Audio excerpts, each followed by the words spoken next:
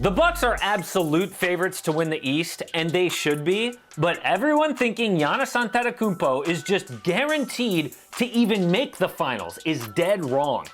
Yeah, he's played like an MVP, but he was MVP last year and lost. Yeah, he's been unstoppable most nights this year.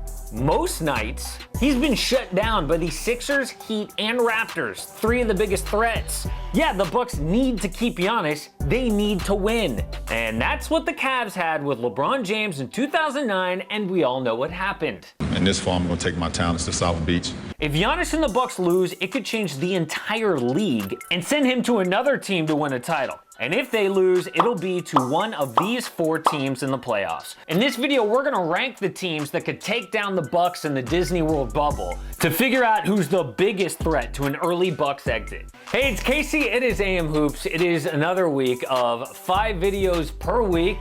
If you don't subscribe, you should. Also hit notification bell so every day at 5 Eastern you get that little reminder. Monday through Friday at 5 Eastern is when the videos drop. Even though we don't have games, but we will have games soon, and today we're talking about the biggest threat to the Bucks. And number 4 is the Boston Celtics. Of all the contenders, the C's are the smallest threat to Milwaukee for one reason. They have to hope too many things happen. Boston would hope the Bucks go cold from deep. They'd have to hope they make a ton of shots. They'd hope to contain Giannis without a legit big man somehow. Don't get me wrong, there is a world here where the Celtics do beat the Bucks, but a lot is out of their control. So that world looks like this. Here's the blueprint for Boston.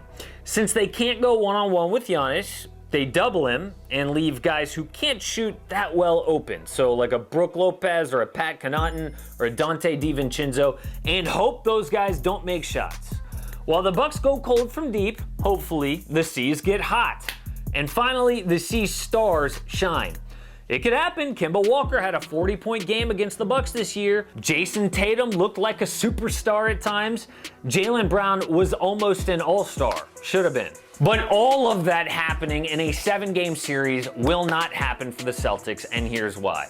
My biggest concern about the Celtics against the Bucks is not being able to defend Giannis one-on-one. I know they have talented wings they could put on him, but that means a double team, and the Bucks will punish them. They won't go cold enough to lose 4 times in 7 games. Beyond that, one of the keys to beating the Bucks is winning when Giannis sits. The Celtics, though, are the shallowest contending team in the league. They have 0 depth. Milwaukee's depth would dominate the Celtics, so they would have to play their starters huge minutes, and that's a dangerous thing to do actually at the Disney World bubble. Injuries could be high, so minutes should be managed, and it is not sustainable in a long series. Sorry, Boston. Number 3, the Toronto Raptors. Actually, most people think this is way too low for Toronto. They should be the biggest threat to the Bucks. I'll explain why those people are wrong, but here is why I like them better than the Celtics. So the Raptors don't have to hope too much. They can control what happens on the court because they have size, depth, and shooting, all things that are key to beating the Bucks. They also have a history of winning this series last year. They don't just know what it takes, they have done what it takes. Oh, but there's one detail here that's missing for Toronto, and that detail has cornrows and a funny laugh. Please do not act like losing Kawhi Leonard is not a huge deal. The Raptors are losing like 30 points, 10 boards, 4 assists, and 2.5 steals per game. That is how dominant Kawhi was in this series last year. I think a lot of people are fooled by the Raptors winning a lot of regular season games, like they've been fooled in the past. They came in this year with a chip on their shoulder, like they should have. People doubt them. They don't treat them like the defending champion. People like me. But I am not fooled by a team that plays defense and plays really hard in the regular season. In the playoffs, everyone does that. And that's been their problem in the playoffs for years. They have really good regular season teams in Toronto, but they lost in the first round for years. Ultimately, I don't think they have the star power that it will take to win big in the playoffs, especially against Giannis and the Bucks.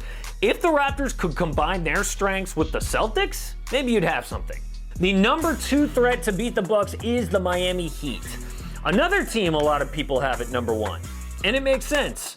The Heat were the only team to beat the Bucks twice this season. In fact, they held them to 89 points in March just before the season suspended. That means we've seen it before from Miami, and here is the Miami blueprint.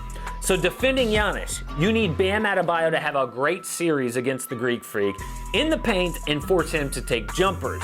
The trade Miami made actually helps here a lot because Andre Iguodala can make a difference defensively. And all this defense talk is ironic because they don't have a classic Miami Heat defense this year, but they do match up well. Any team that beats the Bucks is gonna need great three-point shooting, and that is what Miami does better than most. Their young shooters have been one of the bright spots of the entire NBA this year. I mean, Duncan Robinson was on pace for the 5th most threes in any season ever. Tyler Hero is almost 40% from deep. Kendrick Nunn has been the 3rd best rookie this year behind John Morant and Zion Williamson. What's crazy though, those exact same players are what give me pause about the Miami Heat against the Bucks in the playoffs. I mean, the regular season is one thing, but you put a couple of rookies or second-year guys in a big moment playoff series against the MVP, and I could easily see them going cold. Normally, teams need to take steps, lose a couple of times before you win. That's why we hear so much about getting playoff experience, why it's so important. However, I will admit, there's a chance that the Disney World bubble makes that big moment feel a little less intense. No fans screaming for or against you. I can see that working in the Heat's favor here. But either way you cut it, they're a big threat to beat the Bucks. I've got them at number 2. And number 1 is the Philadelphia 76ers. Without a doubt, Philly has the best personnel of any team in the league to stop Giannis, and that's the most important factor in beating the Bucks. Joel Embiid will play in the middle to protect the paint. He is the best matchup to guard Giannis one-on-one because of his size and his strength. Instead of just feasting in the paint, Embiid will force Giannis to make plays and think the game. Also, he'd force Giannis to take jumpers, which is exactly what you want. With Embiid on Giannis, the Sixers can defend three-point shooters too because of their size and length. Ben Simmons is a Defensive Player of the Year candidate, and he'd be unleashed on the perimeter. Philly absolutely has the most lethal duo in the Eastern Conference. Offensively, everything hinges on Embiid as well. The Sixers have to make shots. That is how they beat the Bucks on Christmas Day. And the more the Sixers play through Embiid, the easier it makes the game on everyone else. Now, Embiid's importance in this series actually leads us to my biggest concerns about Philly. And the first is Embiid's backup, Al Horford. Flat out, Al has just not worked this season for whatever reason, and fixing that issue should be Brett Brown's #1 priority during this mini training camp at Disney World. My second concern is Embiid's mindset and conditioning. Joel Embiid is the best player in the Eastern Conference if he can stay focused and healthy. Now, I know that is a huge if because we haven't seen that from him consistently, like ever. But here's a big wild card, the quarantine. Here's an if. What if Joel Embiid comes back as the best version of himself ever? Of course, Milwaukee are favorites, but the Sixers have the best chance to take them down if they come prepared. One of the biggest flaws for Philly consistently has been their maturity. And if they've taken steps in that area, they have the best chance to take down the Bucks in the East. And if none of those teams can take down the Bucks, what about in the finals? Well, no team in the West is perfect. The Clippers have Kawhi and depth, but they have no size to stop Giannis.